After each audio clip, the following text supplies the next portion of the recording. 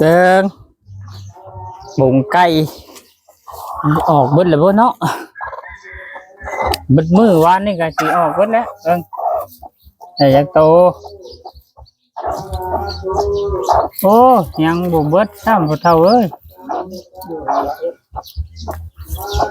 ยัง4 หน่วย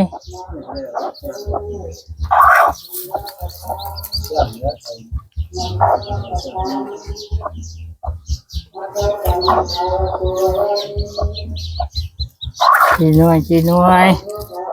เบิ่ง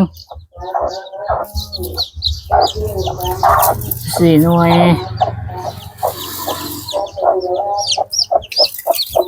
สิหึงแล้วกันเอาไว้กันนี่โอ้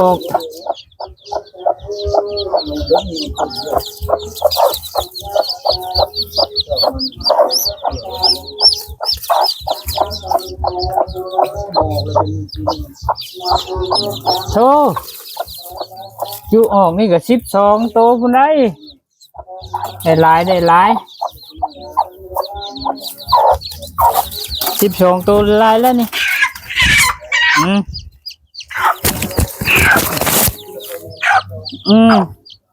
ได้12 โตเด้งเอาเข้าไปเชื่ออยู่ไหนพวก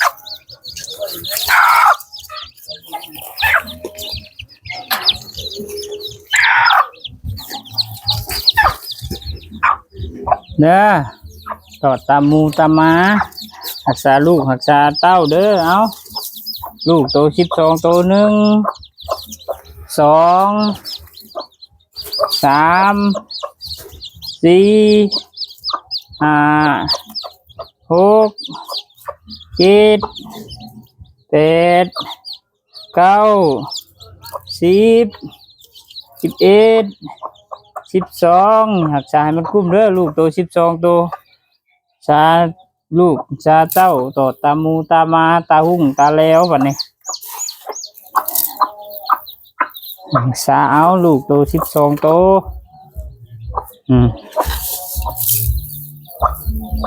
พอได้ปีนี้มันมานอยู่ได้ใกล้ก็ได้ลูกลายคู่โตเลยปีมันมานปีมันแพร่ลูกปีนี้ปีมันแพร่ลูกมันก็เลยได้ลายแน่เนาะอยู่ง่ายอยู่นั่นกับซอก้อนก็ได้ปีนี้ปีมันบ่มีมันมีให้ปีมันมานใกล้ปีนี้ใกล้มาคือเดียวกับปีหมักแตงมาเนาะไปก่อนพี่น้องไปต่อ